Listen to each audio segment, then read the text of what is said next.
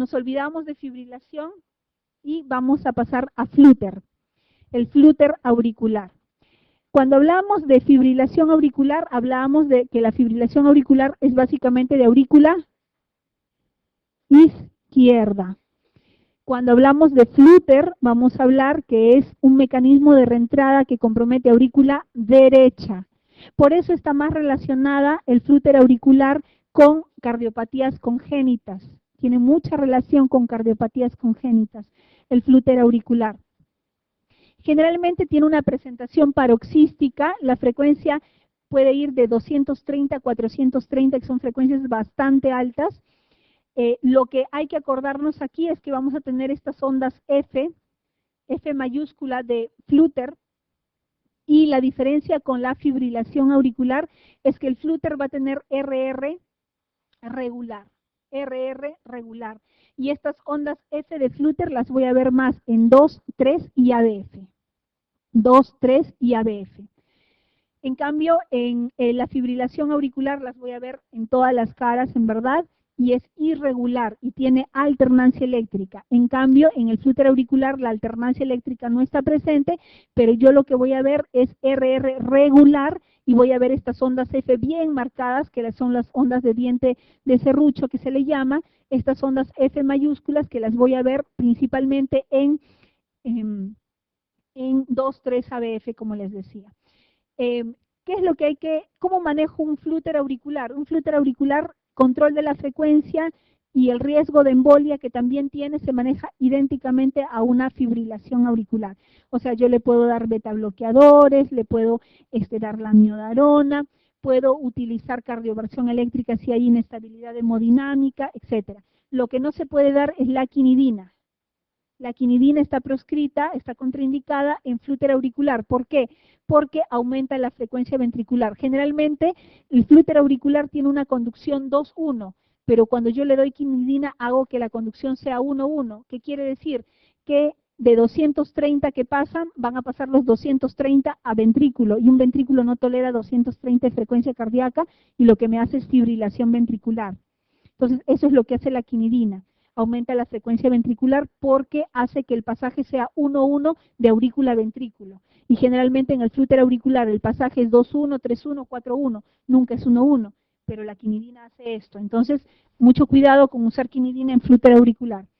Muy bien, ¿cómo trato el flúter auricular? En casos de deterioro hemodinámico le doy cardioversión eléctrica 25 a 50 joules. En casos de respuesta elevada, o sea, de frecuencias altas, verapamilo, betabloqueadores, amiodarona, digitálicos como mantenimiento. El riesgo de embolia es igual que en la FA, por lo tanto, hago igual mi escalita de Chas-Basque y decido si le doy ASPI, le doy Warfa o no le doy nada, dependiendo de los factores de riesgo que encuentre. La ablación con radiofrecuencia en el istmo cabo tricuspidio es un método para hacer la terapia curativa, tratamiento curativo de flúter auricular. Muy bien, pasamos a otra arritmia que es la taquicardia atrial multifocal. Muy bien, en la taquicardia atrial multifocal, doctores, vamos a ver lo siguiente. Se denomina también, hay que acordarnos de lo que está en rojo. ¿Ya? Lo que está en rojo es lo importante. Eso resáltenlo, márquenlo, es lo que ustedes se tienen que acordar. Taquicardia atrial multifocal. Se denomina también ritmo auricular caótico. Su sinónimo, ritmo auricular caótico. ¿Qué quiere decir? Que va a haber diversos focos auriculares que van a actuar como marcapaso. Entonces, por lógica, yo que voy a ver en mi electrocardiograma, si son diferentes focos, voy a ver ondas P siempre, pero ondas P de diferente morfología, porque voy a tener diferentes activaciones a nivel auricular. No todo va a salir del nodo, va a haber diferentes activaciones, por eso se llama taquicardia atrial multifocal, voy a tener diversos focos. Entonces, en mi electrocardiograma lo característico es 3 o más ondas P de diferente morfología, taquicardia atrial multifocal. Otra característica, que es frecuente en ancianos con neumonía, en pacientes que tengan EPOC, que tengan falla cardíaca, con sepsis y en intoxicación por teofilinas, que le ha venido como pregunta de residencia a ustedes. Taquicardia atrial multifocal frecuente en pacientes que tengan intoxicación por teofilinas. La mortalidad en estos pacientes es elevada y el tratamiento se trata el problema de fondo. generalmente responden bien a calcio antagonistas y a sulfato de magnesio, que es lo que quiero que se acuerden. Calcio antagonista, sulfato de magnesio, taquicardia atrial multifocal. Extrasístoles, pasamos al grupo de las extrasístoles. Las extrasístoles, como les dije, son las arritmias más frecuentes dentro de las taquiarritmias, y vamos a tener que las extrasístoles pueden ser auriculares si se originan en aurícula, pueden ser de la unión si están a nivel del nodo aurículo ventricular o el haz de His, y las ventriculares si están a nivel ventricular.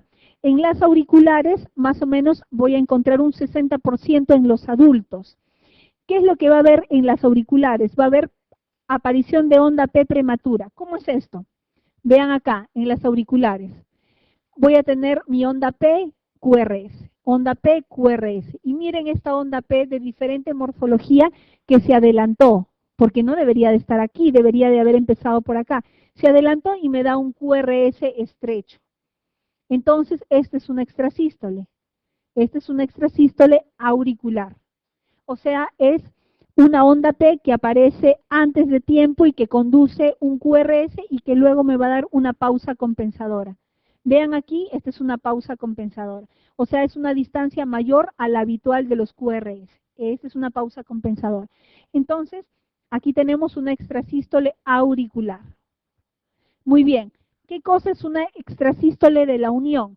Una extrasístole de la unión va a ser una extrasístole que va a nacer en el área del nodo aurículo ventricular o del haz de His y está asociado a intoxicación digitálica. Esto sí, recuérdenlo porque es pregunta de residencia.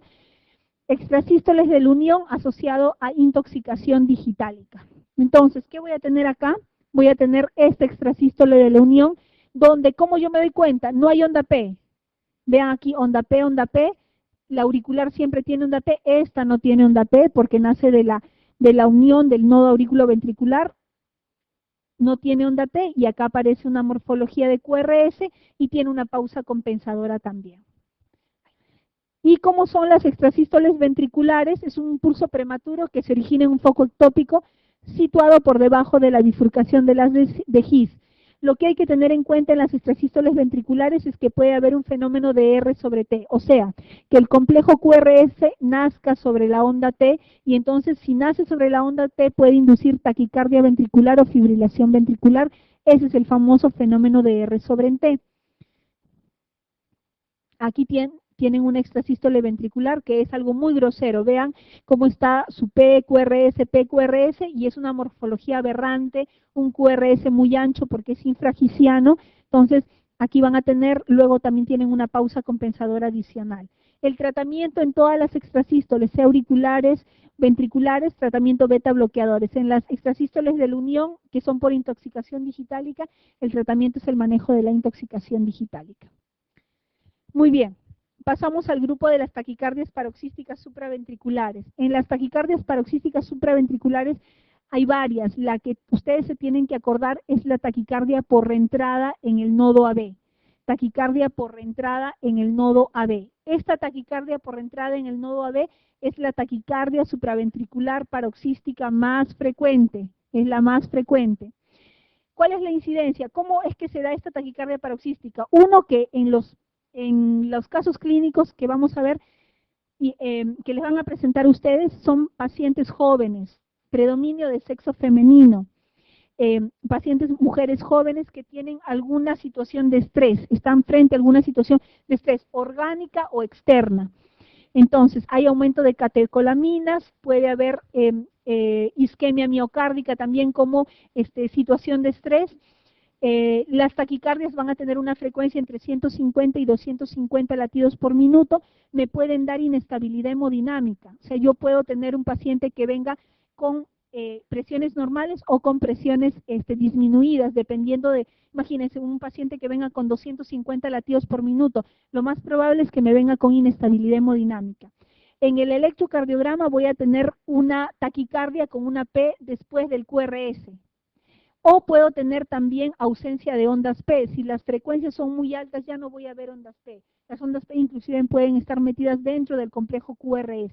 Entonces no las voy a ver. ¿Cuál es el tratamiento de las taquicardias por reentrada en el nodo AB? Si hay inestabilidad hemodinámica, lo cardiovierto eléctricamente. Si no hay compromiso hemodinámico, yo puedo utilizar adenosina como primera elección, la segunda elección, verapamilo. Tratamiento de elección de primera línea, adenosina, segunda opción, verapamilo. Vean aquí, este es un electro de una taquicardia por entrada nodal.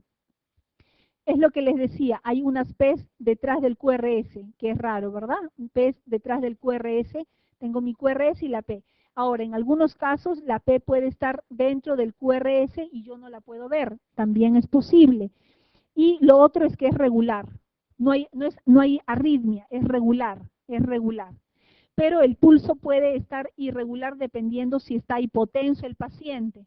Puede cursar con hipotensión, entonces lo cardiovierte eléctricamente, y si no está hipotenso, no tiene inestabilidad hemodinámica, primera opción de las taquicardias supraventriculares, y la más frecuente reentrada intranodal, la primera opción adenosina, la segunda verapamilo endovenoso.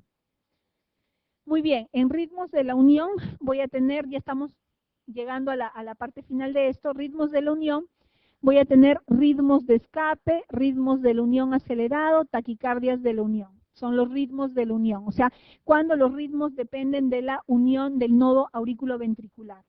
Entonces, aquí la P puede estar ausente o puede estar invertida durante o inmediatamente después del QRS. En los ritmos de la unión, yo lo que quiero que recuerden es que los ritmos de la unión, igual que las extrasístoles de la unión, se dan principalmente por intoxicación digitálica. Los ritmos de la unión o en las extrasístoles de la unión, la primera causa es intoxicación digitálica. Entonces, si el tratamiento es, si la causa es la intoxicación digitálica, el tratamiento es suspender el fármaco que esté haciendo daño, en este caso el digital. Puede ser efectivo los beta bloqueadores, la lidocaína, cuando la causa no es intoxicación digitálica, sino infarto de miocardio. Algo que hay que acordarse es que los ritmos de la unión, así como las taquicardias de origen ventricular secundarias a infartos de miocardio, tienen buena respuesta a la lidocaína.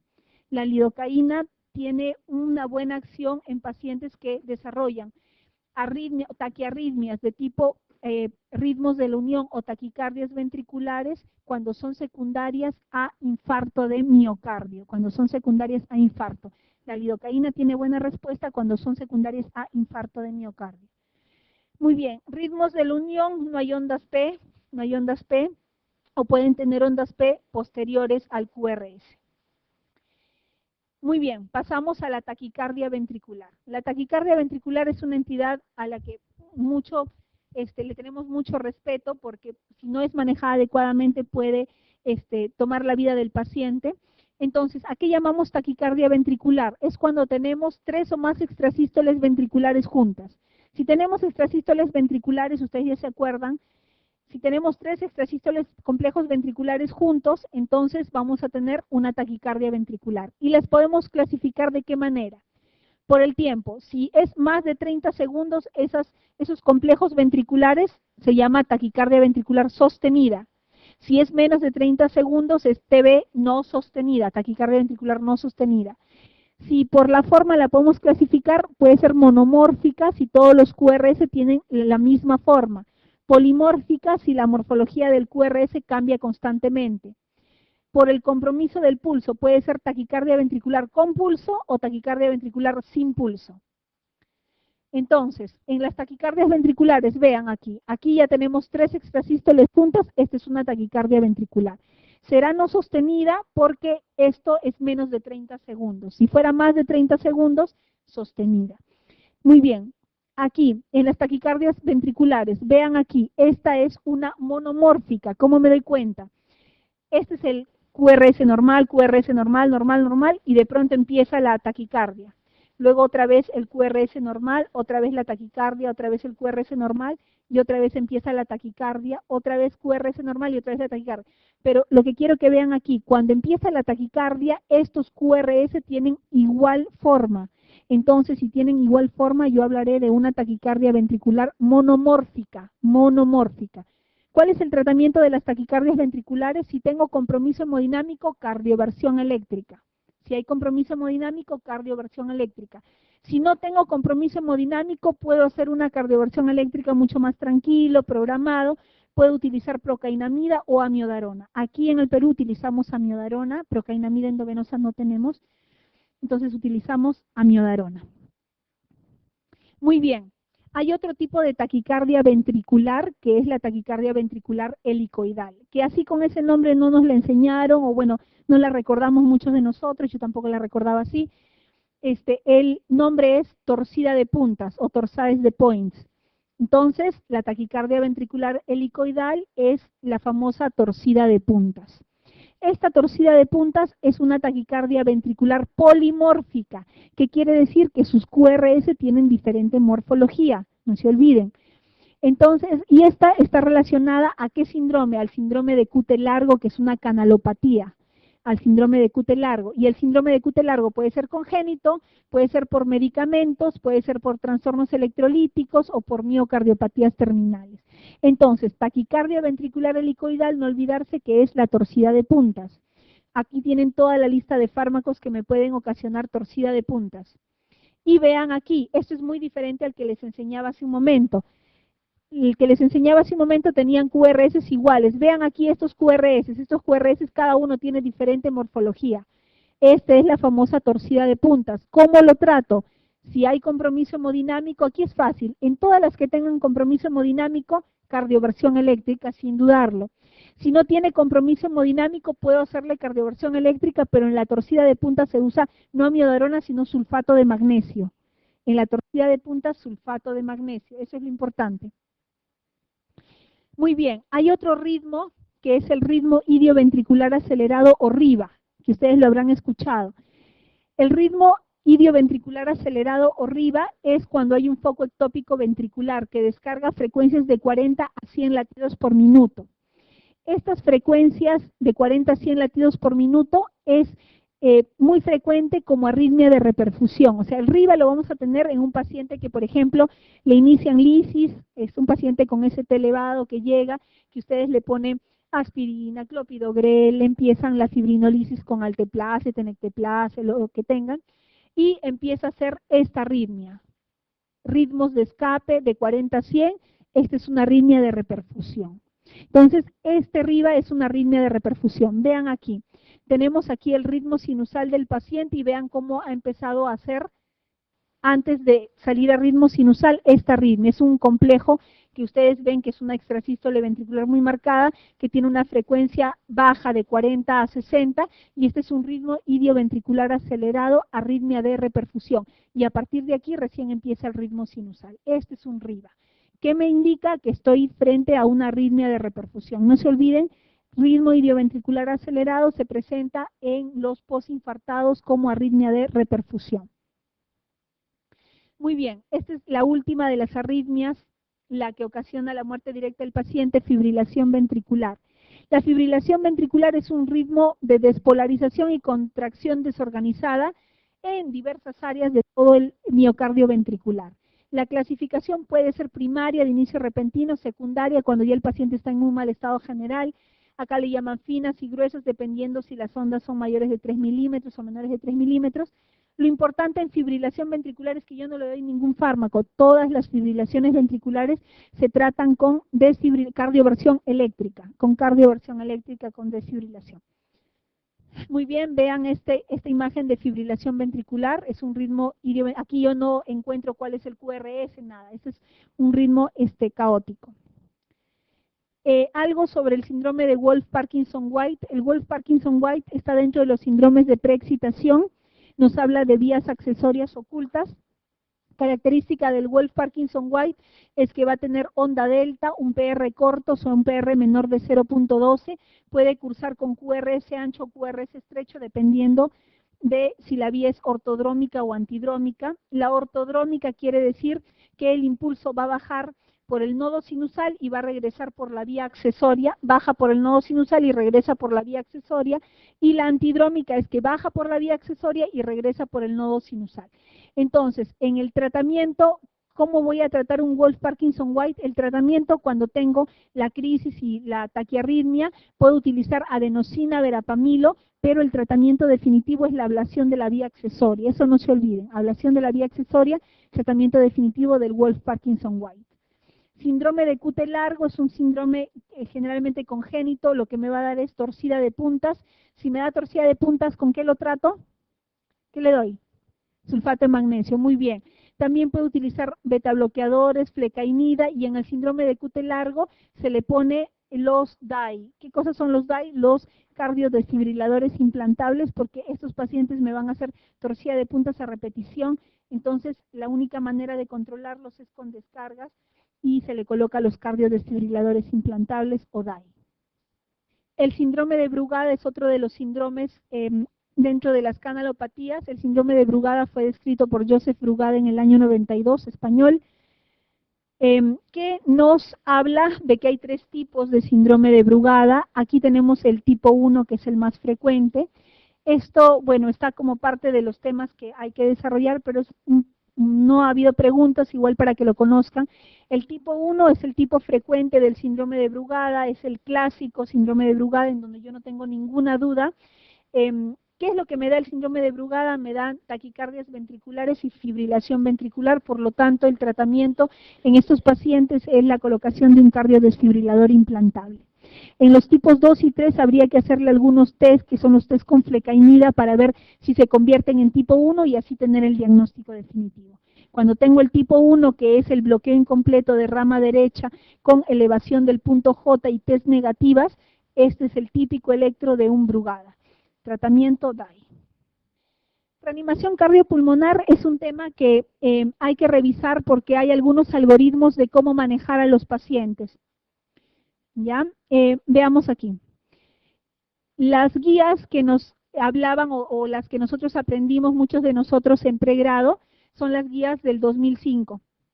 Tal vez ustedes ya llegaron a ver las del 2010, pero en el 2005 nos hablaban del ABC. A vía aérea, luego el B, que eran las respiraciones, y C, la circulación.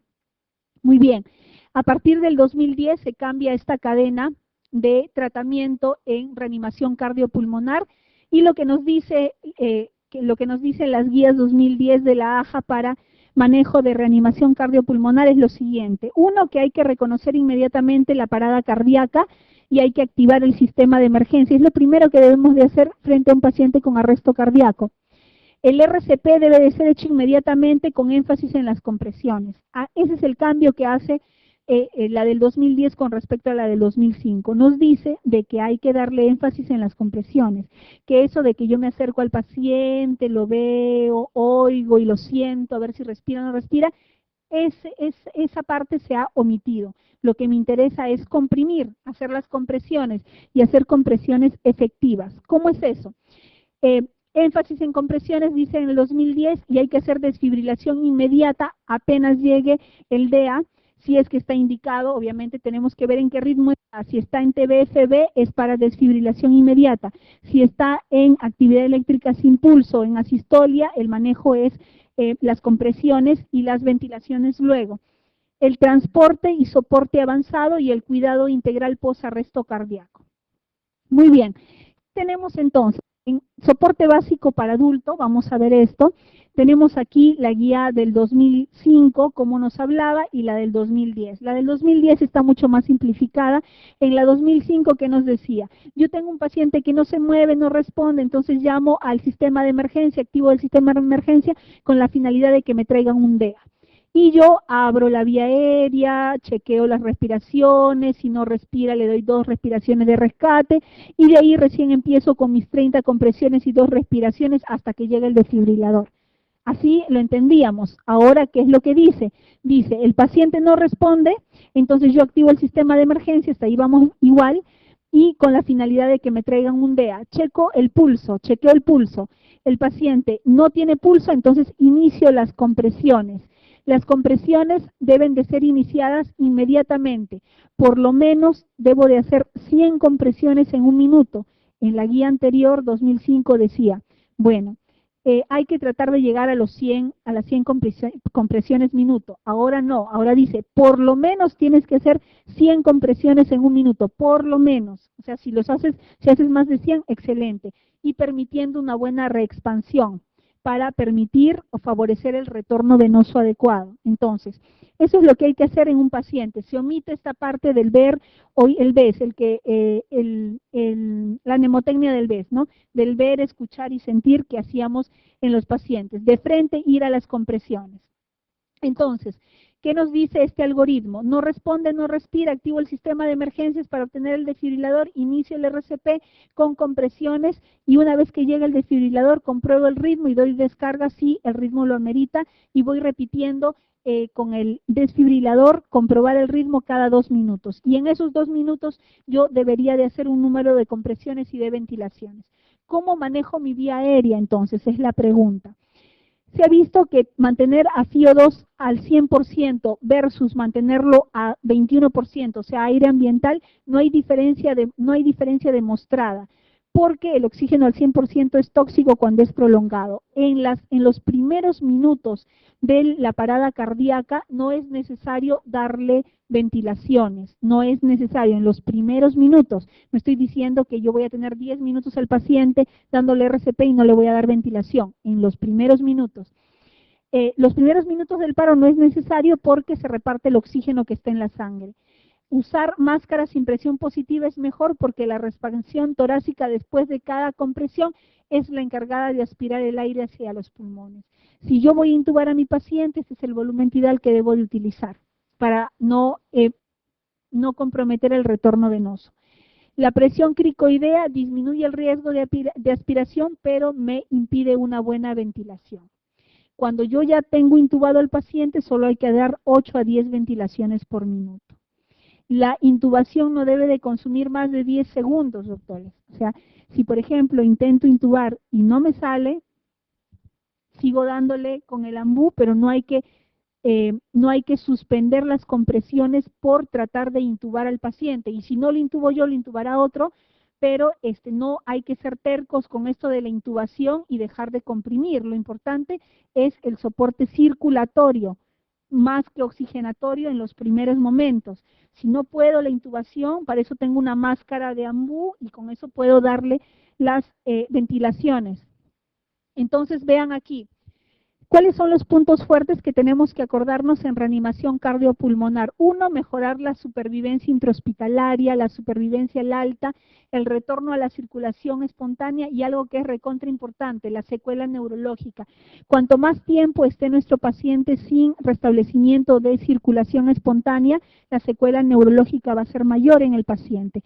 Entonces, ¿qué hay que hacer? Si tengo una parada cardíaca, yo voy a empezar con las compresiones hasta que llega el DEA. Una vez que llega el DEA, yo voy a chequear el ritmo. Si yo tengo un ritmo en fibrilación ventricular o en taquicardia ventricular, este ritmo necesita una descarga eléctrica. Entonces se le da la primera descarga eléctrica y se continúa haciendo el RCP, las maniobras de compresión y de ventilación inmediatamente.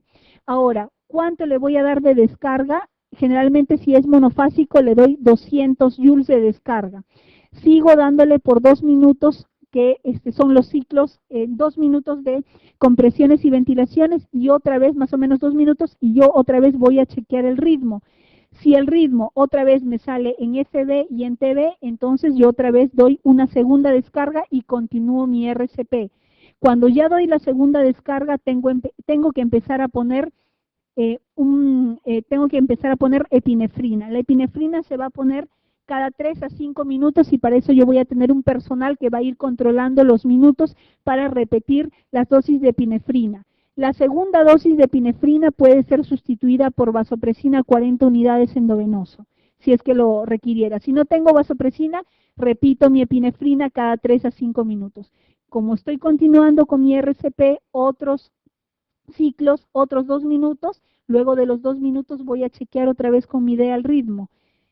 Hay que tratar entre que yo chequeo el ritmo y reinicio mis compresiones el mínimo de tiempo sin compresiones, es algo inmediato. O sea, si yo estoy comprimiendo, haciendo las compresiones a mi paciente, yo no voy a ser la persona que deje de hacer las compresiones y vaya a preparar mi cardiodesfibrilador. Para eso hay otra persona que ya está cargando el DEA y que va a ver cómo está el ritmo y ya está poniendo las paletas para evaluar en qué ritmo estoy.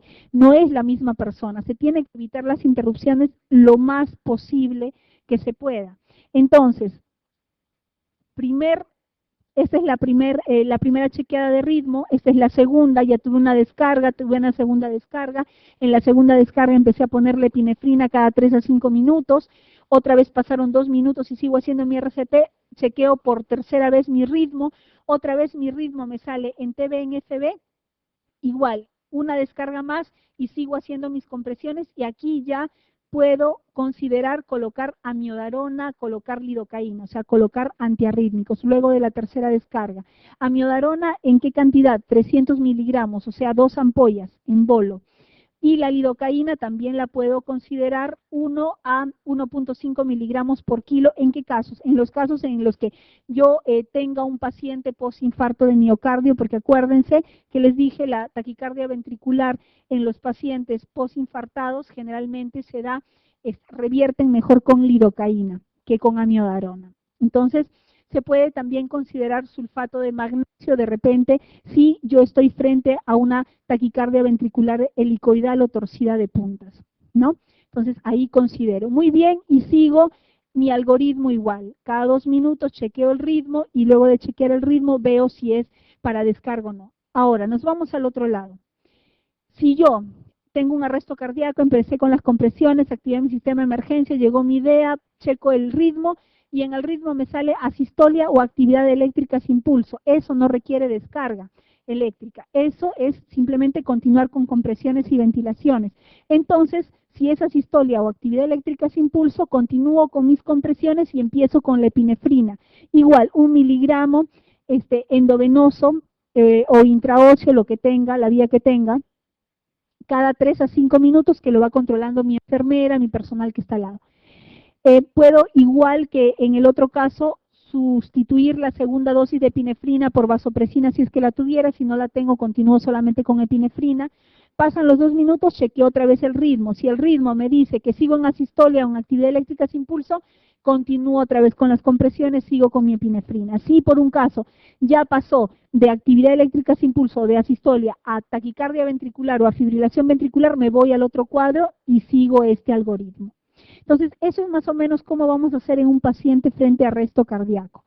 Hay que considerar qué cosas durante la reanimación cardiopulmonar. Uno, que hay que presionar, hacer las compresiones de manera adecuada, por lo menos 100 compresiones por minuto, por lo menos, permitir la reexpansión también, minimizar las interrupciones lo más que se pueda, y los ciclos van a ser de 30 compresiones y 2 respiraciones, con intubación. O sea, si el paciente ya tiene tubo endotraqueal, las ventilaciones van a ser 6 a 8, máximo 10 por minuto.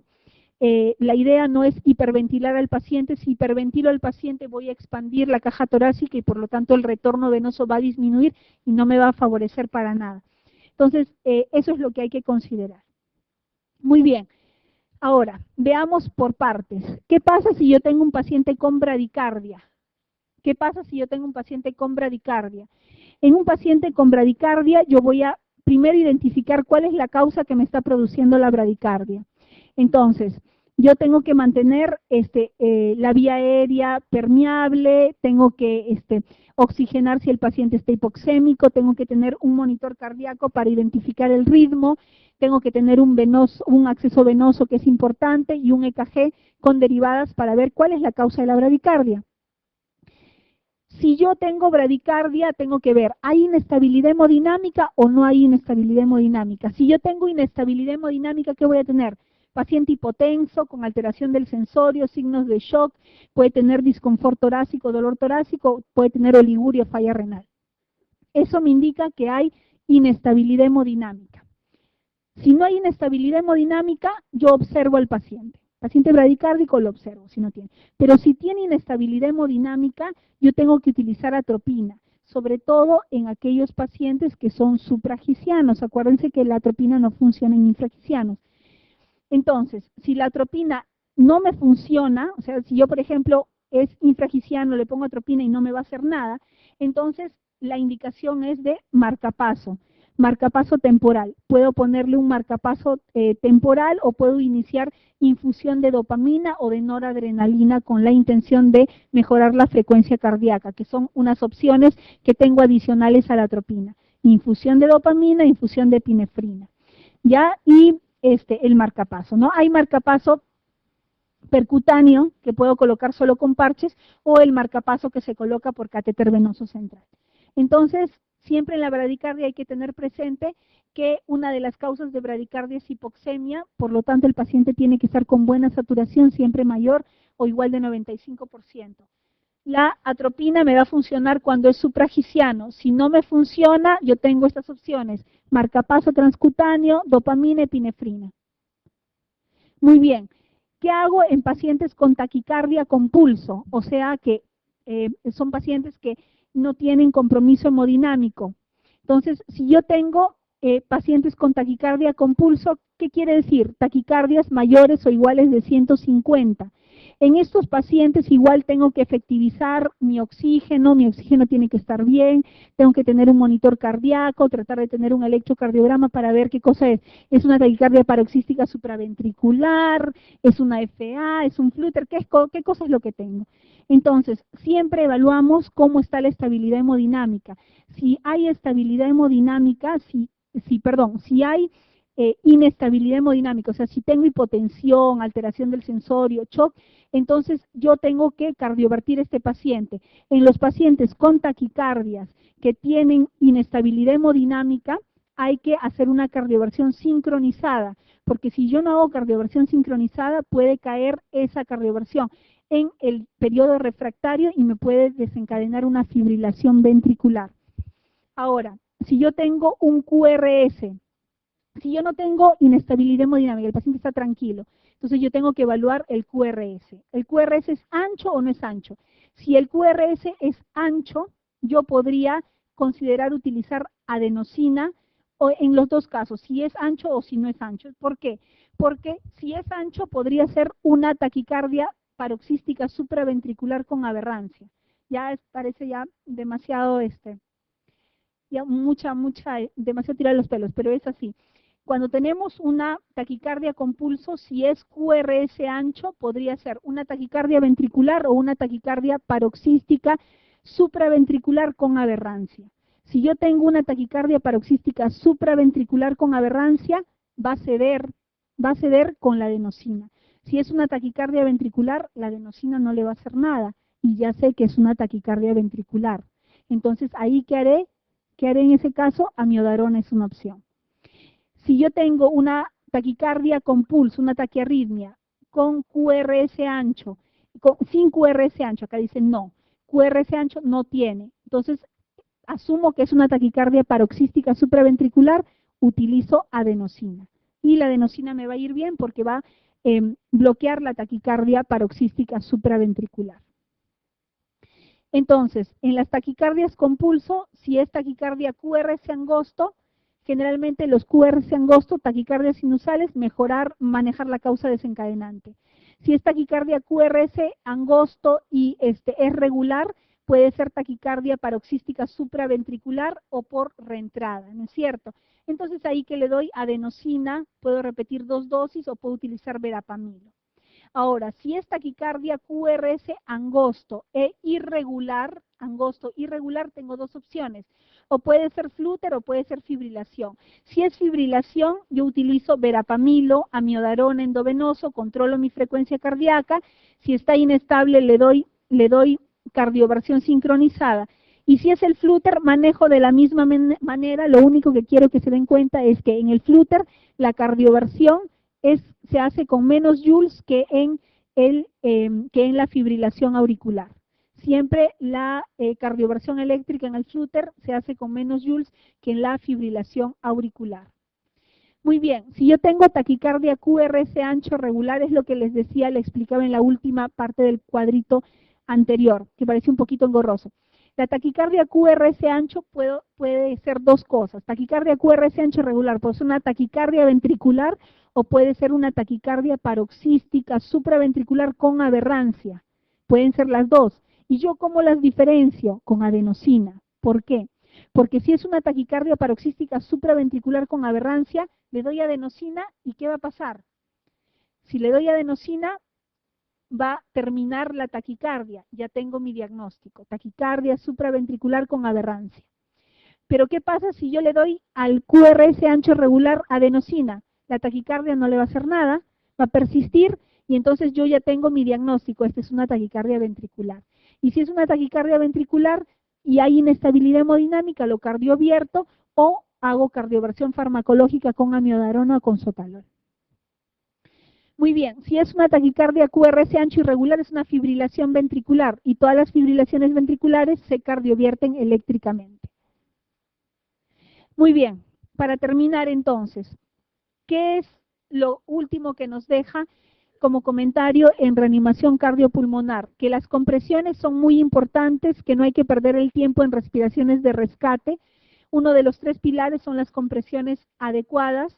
Lo otro es que la resucitación cardiocerebral, ¿a qué se refiere? A que nosotros debemos de hacer la reanimación lo más antes posible para evitar la secuela neurológica, que la epinefrina debe de ser dada cada 3 a 5 minutos, que uno debe de intubar si no hay retorno a la circulación espontánea luego de los 3 ciclos, o sea, luego de 3 ciclos de RCP, si veo que ya no me responde el paciente, ya necesita de todas maneras intubación, que luego de recuperar a un paciente de arresto cardíaco, lo que se hace actualmente son las maniobras de hipotermia, son los protocolos de hipotermia que se hacen en muchos países, acá no lo hacemos todavía, pero es llevar a un paciente luego de recuperación de una parada cardíaca a un estado de hipotermia. Lo mantenemos entre 32 y 34 grados por 24 horas y luego le vamos subiendo la temperatura progresivamente en 24 horas más. ¿Cuál es la finalidad de hacer hipotermia en los pacientes?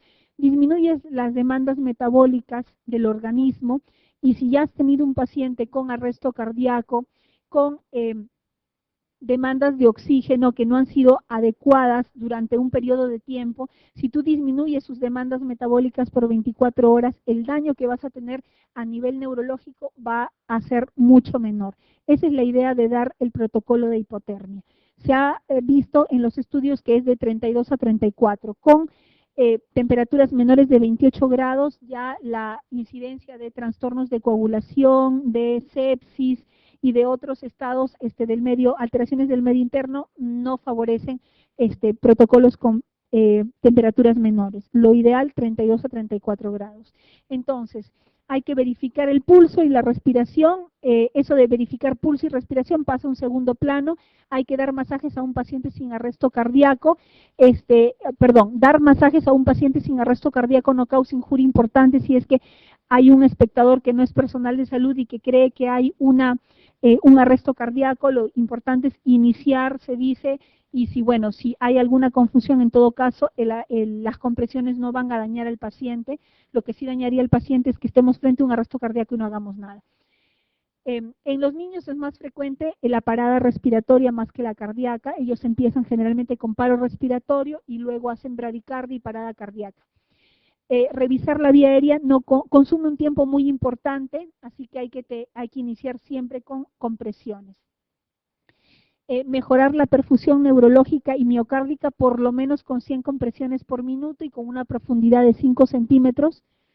El uso de dispositivos de masaje solamente se deja personal entrenado. Si no lo sabes hacer, mejor no hay que usarlo.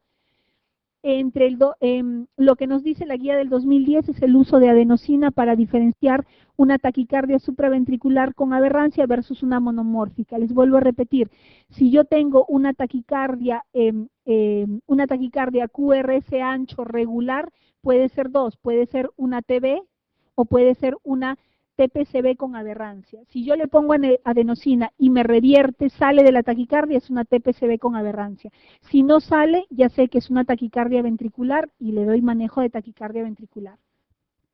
En la fibrilación ventricular debe de activarse el sistema de emergencia para tener el DEA, eso es muy importante. la desfibrilación debe de darse de acuerdo al ritmo que encontremos en el paciente para mejorar la perfusión neurológica y miocárdica. La fibrilación auricular y el flúter auricular va a tener diferencia, la fibrilación auricular y el flúter auricular va a tener diferencia en las descargas. Si es bifásico en el flúter 50 joules, si es fibrilación auricular en el bifásico podemos ir de 120 a 200 joules. La carga de desfibrilación o de cardioversión es diferente. Y la taquicardia ventricular monomórfica es la única que se trata con cardioversión. La atropina nos va a funcionar siempre y cuando tengamos bradicardias supragicianas. Si no nos funciona en las bradicardias de origen supragiciano, tenemos el marcapaso temporal, el marcapaso percutáneo, la dopamina, la noradrenalina. La presión cricoidea puede disminuir la ventilación y la capnografía está indicado para ver si nuestra intubación es adecuada. Esto ya es un cuadrito de resumen para ver cómo es que se hace la secuencia de RCP. Acuérdense primero la circulación, la vía aérea y luego la respiración, las ventilaciones. Muy bien. Ahora sí, chicos, el test 2. Estas son las preguntas que se han sacado de los bancos de datos de los exámenes de residencia. Y vean, empezamos con la primera pregunta. ¿Causa más frecuente de insuficiencia cardíaca? Cardiopatía isquémica. ¿Cuál es la segunda causa? Hipertensión. Segunda pregunta. Las siguientes son causas de hipertensión arterial excepto glomerulonefritis, sí, porque las glomerulonefritis nos llevan a enfermedad renal y nos dan hipertensión arterial. La enfermedad de Cushing también, les puse en el cuadro de causas secundarias.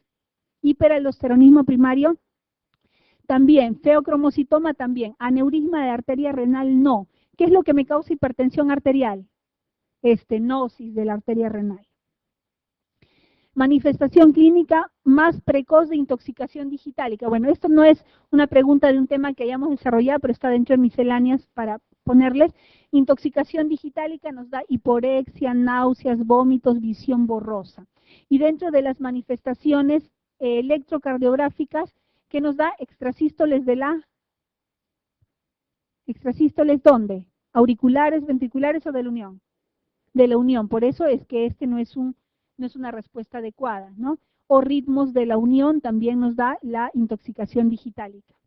La fibrilación auricular se debe principalmente a las siguientes entidades, excepto cardiopatías isquémicas, sí, estenosis mitral, claro que sí, hipertiroidismo también, cardiopatía hipertensiva también, pero cardiomiopatía obstructiva no es causa de fibrilación auricular, no está dentro de las etiologías. Acuérdense, la principal causa de fibrilación auricular es la... ¿Cuál, chicos? Hipertensión. En el infarto agudo de miocardio acompañado de hipotensión y bradicardia. Si está acompañado de hipotensión y bradicardia, ¿infarto de qué cara será? A ver, muchachos, despiértense que esta es la parte más importante. De cara, solo responden acá adelante, el de cara inferior. De cara inferior. Entonces, en bradicardias de cara inferior, yo puedo utilizar atropina por vía endovenosa. ¿Requerirá marcapaso de manera permanente? No, generalmente es transitorio. Muy bien. En el caso de fibrilación auricular con respuesta ventricular rápida, o sea, la FARVA, sin descompensación cardíaca, ¿el tratamiento de elección es lo cardiovierto? No, pues porque no hay inestabilidad hemodinámica. ¿Le doy lidocaína? No, la lidocaína lo dejo para las arritmias ventriculares de origen isquémico, posinfarto. Quinidina tampoco, nifedipino no. Ahí se usa digital. Digital. ¿Qué digitálico? Si es endovenoso, puedo utilizar el anatócido C, ¿ya? Si es bioral y el paciente ya está compensado, utilizo la digoxina. Muy bien. ¿En cuál de las siguientes alteraciones del ritmo es efectivo el anatócido C o el verapamil endovenoso? ¿En latidos ventriculares prematuros? No. ¿En las extrasístoles qué se da de tratamiento? ¿Qué se da? Betabloqueadores. En el flúter ventricular, no. Taquicardia ventricular, ¿cuál es el tratamiento de la taquicardia ventricular? Si hay descompensación hemodinámica, lo cardiovierto. Si no hay descompensación hemodinámica, amiodarona. Muy bien. En los bloqueos auriculoventriculares, ¿voy a darle verapamil? No, pues lo bloqueo más. La natosis menos, también lo bloqueo. En las taquicardias auriculares puedo utilizar la natosis o verapamil porque enlentezco el nodo y, por lo tanto, disminuyo la frecuencia cardíaca. Muy bien. ¿En cuál de los siguientes casos no debe de usarse digitálicos? No debe de usarse. En insuficiencia cardíaca por cardiopatía hipertensiva, sí. En todas las fallas cardíacas, acuérdense, la digoxina está indicada. ¿La digoxina qué disminuye? ¿Mortalidad? No. ¿Qué disminuye? Rehospitalizaciones. Muy bien. Flúter auricular con traducción 2.1 sí puedo utilizar digitálicos, porque los digitálicos se pueden utilizar en flúter, en fibrilación. Taquicardias paroxísticas supraventriculares también. En fibrilación auricular con respuesta ventricular rápida también. Los digitálicos endovenosos. En las cardiomiopatías hipertróficas obstructivas acá no tiene ninguna indicación. Muy bien, la hipertensión sistólica del anciano se debe a qué? Les dije, endurecimiento de arterias. ¿Qué medicamentos van bien aquí? Calcio antagonistas y diuréticos. Paciente de 20 años, vean aquí, caso clínico, paciente de 20 años, acude a emergencia, está con palpitaciones intensas de inicio brusco regulares, tiene antecedentes de episodios similares y terminación brusca. Primera alternativa, ¿cuál será? Paciente joven que viene, una taquicardia regular, que ya ha tenido episodios antes. Extrasistolia, no me da eso. Taquicardia sinusal, no. Es una paroxística supraventricular. Las paroxísticas supraventriculares, acuérdense, propio de gente joven, más en sexo femenino, en situaciones de estrés, son regulares, pueden hacerme hipotensión también. Bradicardia sinusal, no, pues si está con palpitaciones, ¿cómo va a ser bradicardia? Episodio de bloqueo AB tampoco. ¿Cuál de los siguientes fármacos es más utilizado en el manejo de la hipertensión inducida por el embarazo?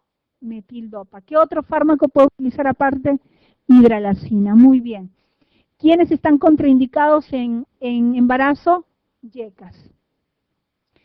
El síndrome de Tietze. El síndrome de Tietze es el dolor precordial que no es de origen cardíaco, que es básicamente por condritis costal.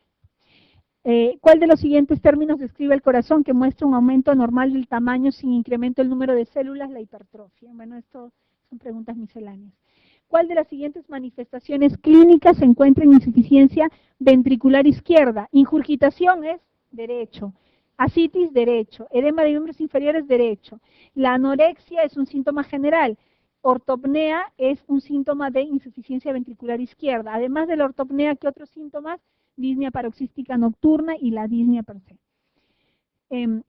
Señale la manifestación electrocardiográfica que no se encuentra en la intoxicación aguda severa por digitálicos. Acuérdense, en los digitálicos, ritmos de la unión, extrasístoles de la unión. Veamos aquí, podemos también tener extrasístoles ventriculares, pero bigeminadas. ¿Qué son extrasístoles ventriculares bigeminadas? Que tengo un complejo normal, un extrasístole, un complejo normal, un extrasístole. Eso es un bigeminismo. Taquicardia auricular con bloqueo AB, siempre alteraciones a nivel del nodo auriculoventricular. Paro sinusal también podría tener taquicardia, flúter o fibrilación ventricular. En verdad son varias alteraciones electrocardiográficas, pero lo que nunca voy a tener es un síndrome de PR corto. El síndrome de PR corto es parte de los síndromes de preexcitación o del Wolff-Parkinson-White, no de la intoxicación digitálica. Muy bien, ¿en cuál de los siguientes cuadros patológicos no se observa derrame pleural exudativo? Les dije en la clase de falla cardíaca. Tuberculosis, exudativo. En la insuficiencia cardíaca congestiva es transudado. Paciente varón de 60 años con historia clínica de disnea de esfuerzo. Tiene disnea, tiene angina y tiene síncope. Y tiene un soplo sistólico 3/6. ¿Qué cosa es eso? Claro, de todas maneras, porque disnea, angina y síncope son los 3 síntomas característicos de la valvulopatía aórtica, de la estenosis aórtica. Y si además le agrego un soplo sistólico, ya. Cardiopatía coronaria, angina inestable, ¿por qué me daría el soplo? No. Estenosis mitral, ¿qué me da? ¿Un soplo de qué tipo? Diastólico, no un soplo sistólico, es un soplo diastólico. ¿Ya? Y la insuficiencia pulmonar, ductus arterioso persistente, ¿el soplo cómo es? En el ductus, el soplo es continuo, no es sistólico. Y disnea, angina y síncope es la triada clásica de la estenosis aórtica. Muy bien, respecto a la terapia de insuficiencia cardíaca por cardiopatía coronaria hipertensiva, que son las principales causas, señale lo correcto. ¿La digoxina mejora la supervivencia? Falso. La digoxina mejora las rehospitalizaciones, no la supervivencia. Los diuréticos de ASA, o sea, la furosemida, ¿mejora la supervivencia a largo plazo? Falso también. Los que mejoran son los diuréticos tipo espironolactona, los antagonistas de los mineralocorticoides. Los inhibidores de la enzima convertidora de angiotensina más la espironolactona mejoran la sobrevida, verdadero. Ellos acompañados, ¿qué grupo de medicamentos falta acá? Los beta bloqueadores. Los inhibidores de la YECA aumentan el riesgo de muerte, totalmente falso. Los beta bloqueadores disminuyen la supervivencia, al contrario, aumentan la supervivencia. Muy bien, de los siguientes casos, señale el manejo incorrecto. Esta pregunta quiero que le presten atención porque aquí nos dan una clave, porque estas son las claves que nos da el ASPEFAM, pero quiero que ustedes lo analicen para que vean si esta respuesta es la correcta o no es la correcta. Que en muchos casos, hay veces la clave que nos dan no es la adecuada, pero quiero que razonen, no que se aprendan de memoria. Vean aquí, te piden la respuesta incorrecta. Entonces, paciente hipertenso diabético tratado con inhibidores YECA. ¿Estará bien o no? Bien, muy bien. Paciente hipertenso con taquicardia tratado con atenolol, perfecto. Si es taquicárdico le doy un beta bloqueador, muy bien. Paciente hipertenso coronario tratado con diltiazem, acuérdense, los coronarios que han tenido un infarto reciente y que son anginosos, los trato con antagonistas de canales de calcio tipo diltiazem y verapamilo, ¿verdad? Y mejoro la angina y mejoro también los síntomas de insuficiencia cardíaca. Eso está muy bien. La siguiente, paciente hipertenso con insuficiencia renal crónica avanzada. Quiere decir que si es avanzado ya va a necesitar terapia de reemplazo renal, o sea, diálisis. Este paciente está tratado con hidroclorotiazida. Dentro de las contraindicaciones para uso de hidroclorotiazida están las absolutas, que está la gota, y están las relativas, que está la hiperpotasemia o el filtrado glomerular menor de 30. O la depuración de creatinina menor de 30. Entonces aquí, si tengo un paciente hipertenso con insuficiencia renal crónica avanzada y lo trato con hidroclorotiazida, ¿qué riesgo tengo? De hiperpotasemia y el riesgo de que ya este paciente está con depuración de creatinina menor de 30, porque para que sea avanzado se supone que es menor de 10 la depuración de creatinina. Entonces, en este paciente ya no debería de darle diurético tiazídico. Están contraindicados quienes con depuración menor de 30, acuérdense, YECAS, ARAS, los antagonistas de los mineralocorticoides y las tiazidas. Esos 4 medicamentos se contraindican con depuraciones menores de 30. Ahora, esta sería la clave correcta. Veamos qué dice la clave que es incorrecta según ellos. O sea, esta sería la clave que está incorrecta, ¿no es cierto? Porque no debería de darse hidroclorotiazida en renales avanzados. Pero ellos nos ponen como incorrecta esta clave. Paciente hipertenso con tos persistente tratado con losartán. Si ustedes revisan los cuadros en las indicaciones de ARA2, los ARA2 están indicados en pacientes que no se pueda dar YECA, y una de las razones por las que no puedas dar YECA a un paciente es que tenga tos, cosa que no ocurre con los ARA2. Los ARA2 no te ocasionan tos como efecto adverso, te pueden ocasionar angioedema, que también te lo ocasionan los YECA, pero no tos. Una de las indicaciones para uso de ARA2 es paciente con YECA y que tenga tos persistente. Y entonces yo le cambio por un ARA2. Entonces aquí cuidado con esta clave, ¿ya? Pasamos a la siguiente. Mujer de 18 años, etapa premenstrual. Vean, un factor de estrés. Concurre al servicio de emergencia porque tiene palpitaciones, ansiedad y sudoración. Al examen está pálida, tiene un pulso irregular, filiforme, está hipotensa. En el electro, una taquicardia con 185 por minutos, no ve ondas P, complejos QRS estrechos y no hay arritmia, o sea, es regular. Maniobras vagales no me funcionan. ¿Cuál es el diagnóstico más probable? Taquicardia paroxística supraventricular. Muy bien, varón de 45 años, hipertenso, con presiones de 139,95, no tiene antecedentes de tabaquismo ni de obesidad.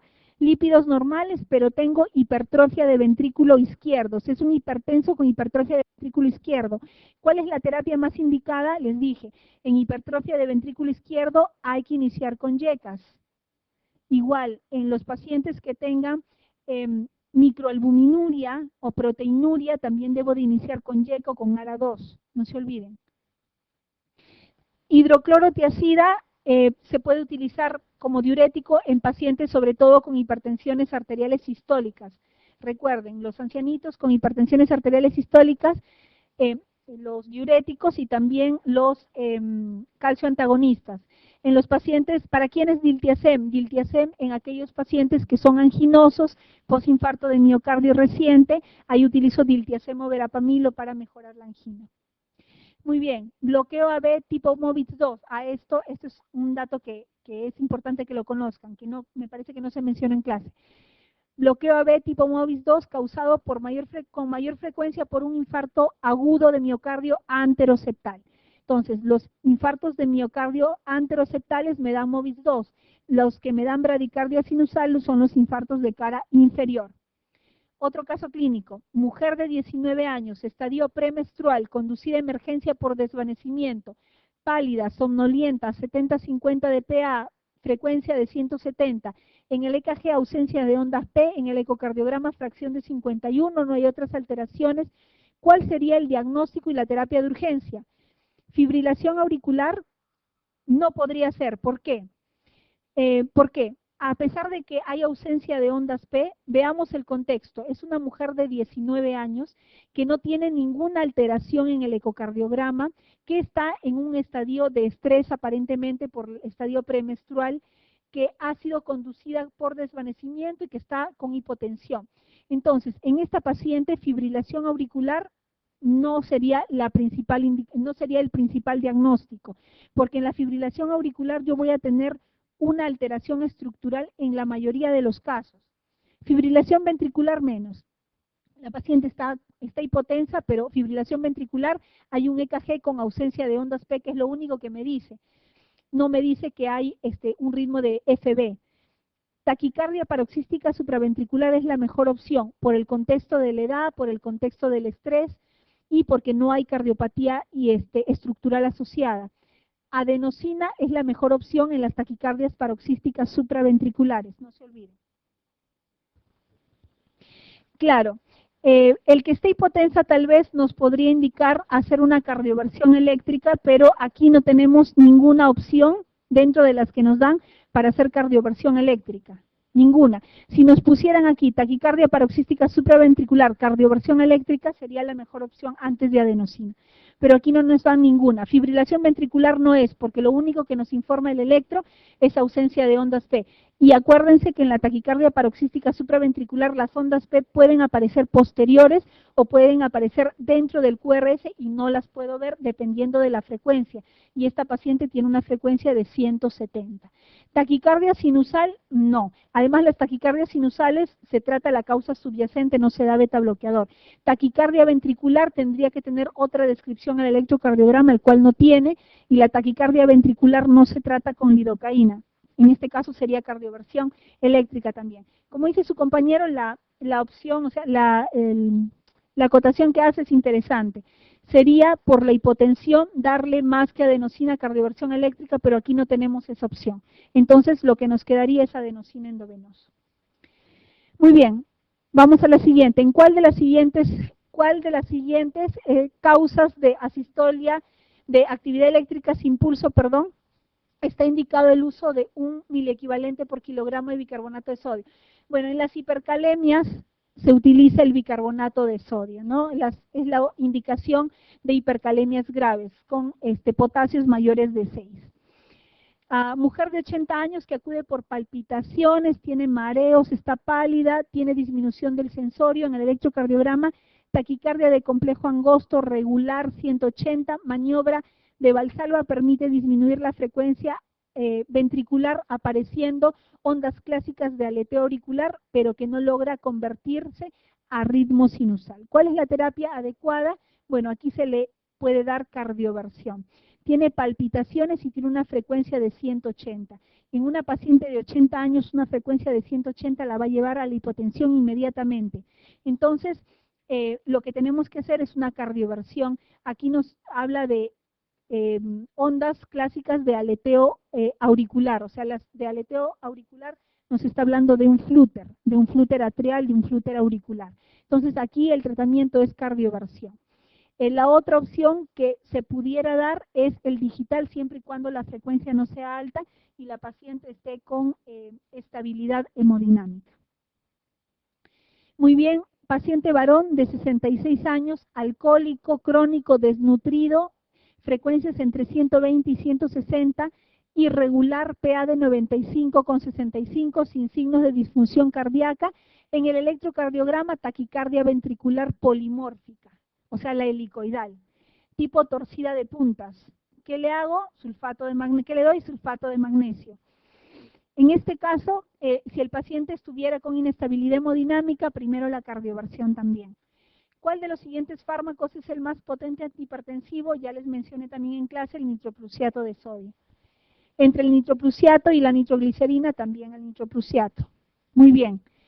Estas son preguntas ya de los últimos años. ¿Cuál de las siguientes patologías causan con mayor frecuencia insuficiencia cardíaca? Muy bien. La primera causa, cardiopatía coronaria isquémica. La segunda, hipertensión arterial. ¿Cuál es la terapia de primera opción en arritmias ventriculares causadas por isquemia miocárdica? Lidocaína. Muy bien. Bueno, esto ya es parte de fisiología. No sé el tema de la clase, pero bueno.